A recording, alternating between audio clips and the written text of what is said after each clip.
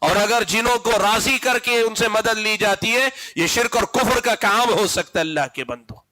اسی لیے میں یہ بات آپ کے سامنے کہنا چاہ رہا ہوں کہ بھائیو اس مسئلے کو سمجھو.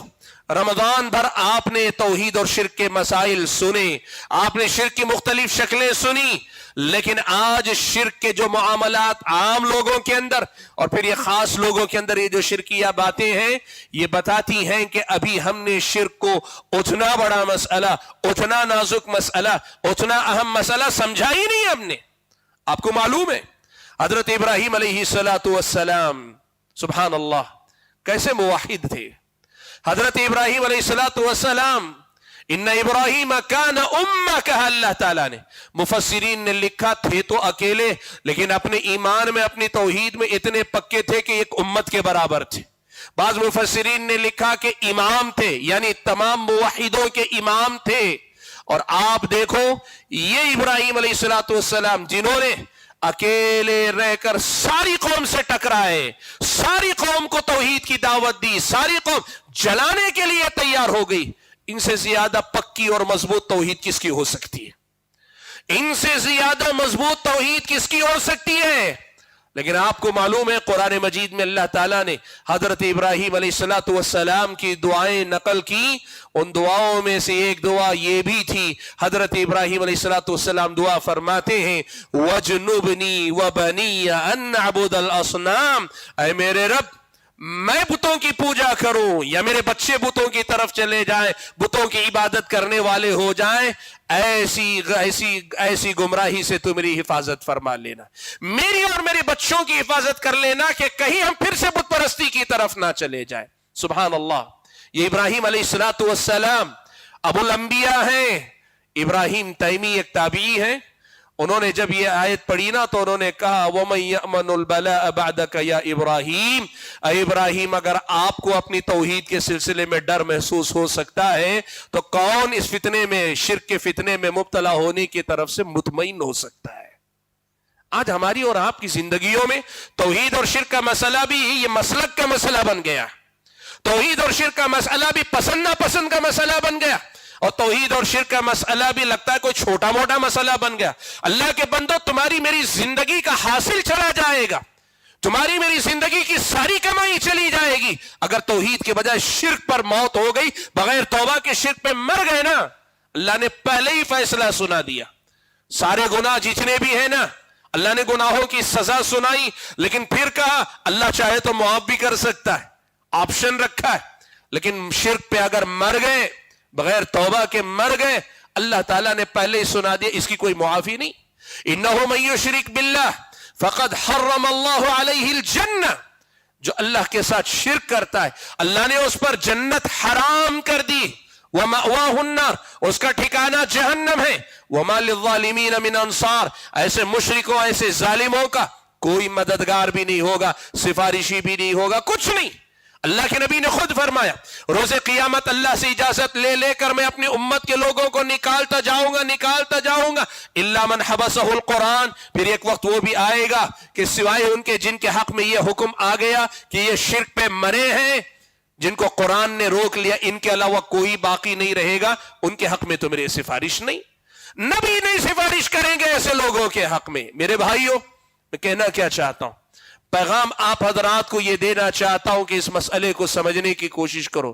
ہم نے توحید اور شرک کے مسئلے کو جتنا معمولی سمجھا, جتنا غیر اہم سمجھا ہوا ہے نا, اسلامی شریعت کی نظر میں اس کی بہت زیادہ اہمیت, اسلامی شریعت کی نظر میں اس کا مقام بہت زیادہ اونچا ہے. آپ نے رمضان پر توحید اور شرک کی باتیں سنی, اب آپ کا یہ فرض بنتا ہے کہ دنیا کے اندر آپ کے خاندان میں, قبیلے میں, آپ کے اڑوس پڑوس میں جس کو شرک میں مبتلا دیکھتے ہیں آپ پکڑ کر سمجھائیں. دوستی کس کام کی اگر آپ اپنے دوست کو شرک اور توحید نہ سمجھا سکے؟ آپ کی رشتہ داری, آپ نے رشتہ داری کا حق ادا کہاں کیا اگر توحید اور شرک کا مطلب آپ سمجھا نہیں سکے؟ دیکھو ہدایت اللہ کے ہاتھ میں, اللہ دے نہ دے اللہ کی مرضی, ہم نہیں جانتے, لیکن جو ہدایت کا پیغام ہے یہ پیغام پہنچانا ہماری اور آپ کی ذمہ داری ہے. اللہ کے نبی صلی اللہ علیہ وسلم نے اسی توحید کو سمجھانے کے لیے تو خاندان کو دشمن بنا لیا, اسی توحید کے لیے تو سارے لوگ آپ کو قتل کرنے کے لیے تیار ہو گئے تھے. آج ہم نے توحید کے مسئلے کو اتنا معمولی بنا لیا. آج آپ بتاؤ, اپنی زندگی میں پوچھ کے دیکھو, آخری بار کسی انسان کو توحید کی بات آپ نے کب بتائی تھی؟ شرک کب آپ نے کسی کو سمجھایا تھا؟ آپ نے اپنی زندگی میں توحید اور شرک کے لیے کیا محنت کی؟ اور خاص طور پر اپنے اطراف و اکناف اتنے سارے, ایک تو غیر مسلم, ان کی بھی ضرورت ہے توحید, ان کو بھی شرک اور کفر سے بچانے کی ضرورت. اور دوسری طرف جو اسلام کے دائرے میں اپنے آپ کو مانتے, ان لوگوں کے اندر اتنا شرک, دائیں بائیں آگے پیچھے شرک ہو, اور ہمارے دل میں ذرا برابر بے چینی نہ ہو, ہمیں ذرا برابر فکر نہ ہو, ہمیں ذرا برابر احساس نہ ہو کہ لوگوں کو توحید سمجھانے کی ضرورت ہے, شرک بتانے کی ضرورت ہے, شرک سے روکنے کی ضرورت ہے, توحید سمجھانے کی ضرورت ہے. سبحان اللہ, کیسی ہماری اور آپ کی یہ ایمانی غیرت ہے جو ہم اور آپ کو اتنا ٹھنڈا کر دے کہ شرک ہم ٹھنڈے پیٹوں برداشت کریں, خاموش رہ جائیں. دیکھو, قرآن نے ہمیں ایک ادب سکھایا, ہم کسی کے سر پہ مسلط نہیں ہیں, لیکن اللہ نے ہمیں یہ بھی سکھایا انما انت مذکر, ہم یاد دہانی کروانے والے لوگ ہیں. ہم لوگوں کو صحیح انداز سے, اچھے انداز سے سمجھاتے ہیں, بتاتے ہیں کہ یہ شرک ہے, اس کو سمجھو, اس سے توبہ کرو, اس سے پرہیز کرو. میرے بھائیوں, یہ جتنے سارے لوگ ادھر ادھر ہیں نا, ان سارے لوگوں کا یہ ماجہ, یہ مسئلہ ہے کہ یہ بیچارے اس میں نادانی میں الجھ گئے. میں یہ بات کہنا چاہوں گا, آج اس درس کے بعد, اتنے سارے دروس کے بعد, آپ نے اگر صرف یہ سیکھا یہ مشرک اسلام سے باہر ہے, وہ مشرک اسلام سے باہر ہے, صرف فتویٰ دے کر خاموش بیٹھ جانا اگر آپ نے سیکھا, آپ نے توحید کے اصل مقصد کو آپ نے نہیں سیکھا. لیکن اگر آپ یہ سننے کے بعد آدمی کے بارے میں فتویٰ دینے نہیں کہ یہ مشرک, یہ کافر, اس کے لیے نہیں, اس کے پاس جا کر اسے سمجھانے کہ بھائی یہ جو تم کر رہے ہو یہ شرک ہے, یہ تمہاری جو حرکت ہے یہ اللہ تعالیٰ کا حق ہے, غیر اللہ کو دے رہے ہو, یہ جو تم کر رہے ہو غیر اللہ کو اللہ تعالیٰ کے مقام پہ لانے والی بات ہو جاتی, یہ سمجھانے کی آپ نے کوشش کی, آپ یقین مانیں کہ آپ نے بہت بڑا کام کیا. راز کی ایک بات آپ کو بتاتا ہوں, یاد رکھیے. راز یہ ہے کہ زندگی میں ہمیشہ آپ لوگوں کو شرک سے بچانے کی کوشش کرتے رہیں, توحید بتانے پڑھانے کی کوشش کرتے رہیں, سامنے والے بچے نہ بچے, توحید سمجھے نہ سمجھے, لیکن آپ کی اس مسلسل کوشش کی وجہ سے اللہ تعالیٰ کم سے کم آپ کی توحید کی حفاظت کر لے گا, کم سے کم اللہ تعالیٰ آپ کو شرک سے بچا لے گا. آپ لوگوں کو سمجھانے بتانے کی کوشش کریں یہ شرک ہے, یہ توحید ہے, یہ شرک ہے, یہ توحید ہے. کم سے کم فائدہ یہ ہوگا کہ سامنے والے سمجھے نہ سمجھے, اللہ تعالیٰ اس کی برکت سے آپ کو اور آپ کی اگلی نسلوں کو توحید کی دولت سے مالا مال رکھے گا. شرک سے اللہ تعالیٰ بچائے گا.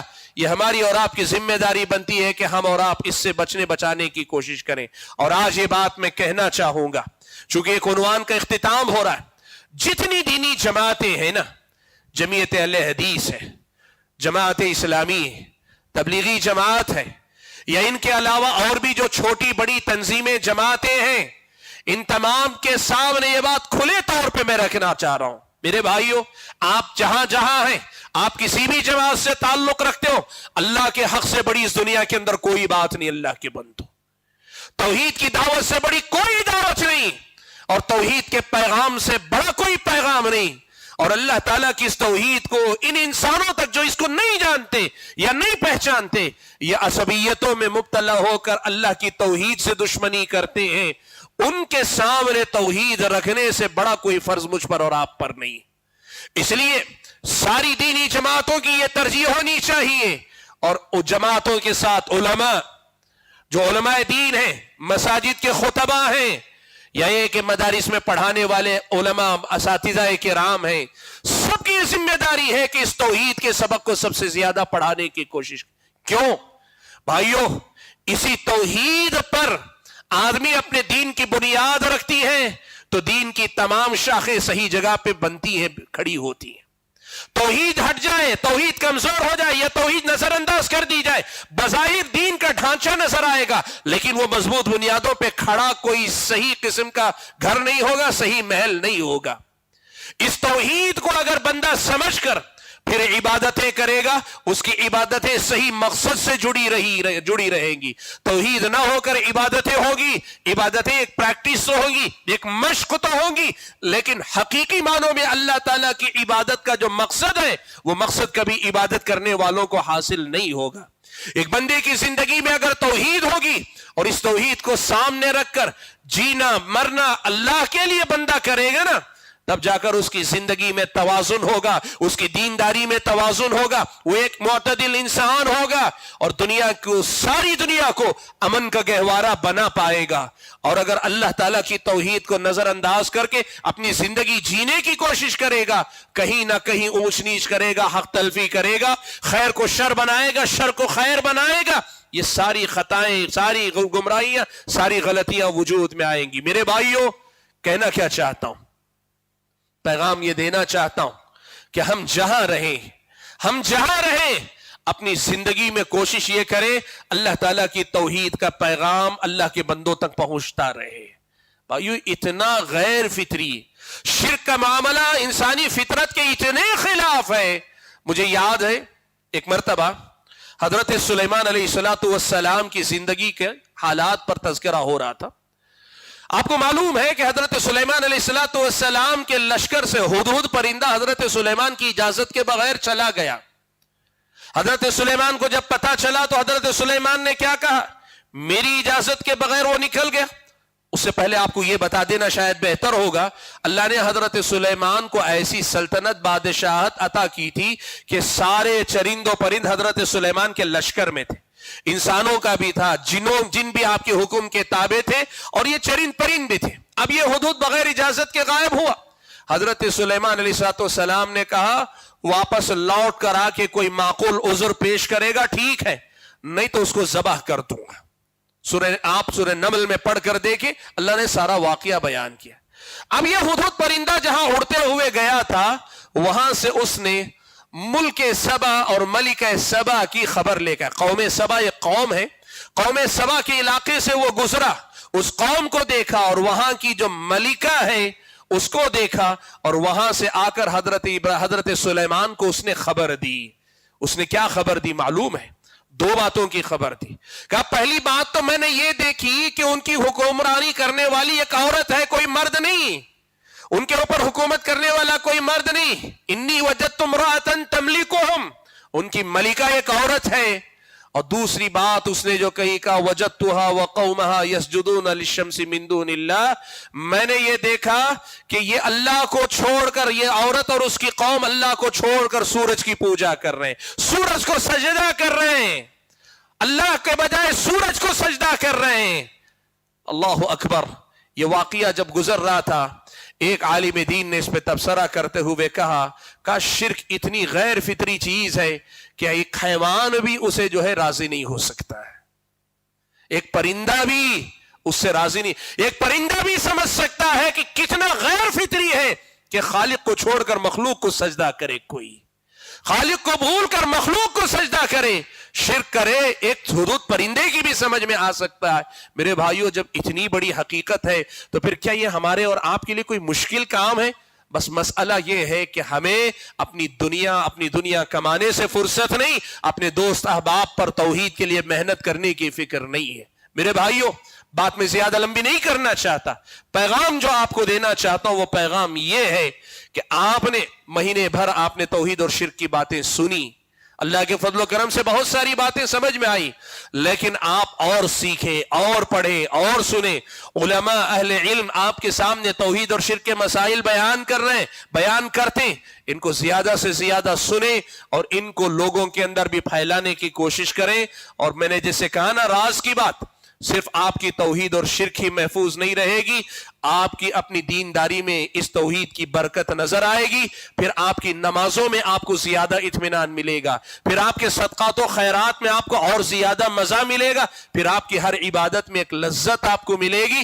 اللہ کی توحید پر آپ اگر کام کریں گے نا، اس کی برکت اللہ تعالیٰ کی محبت کی شکل میں آپ کو اپنی زندگی میں ملے گی۔ میں زیادہ کچھ نہیں کہنا چاہتا، یہی بنیادی پیغام آپ کو دیتے ہوئے کہ ایک طرف دین کی تعلیمات کا تقاضا، دوسری طرف قوم و ملت کے حالات کا تقاضا ہے کہ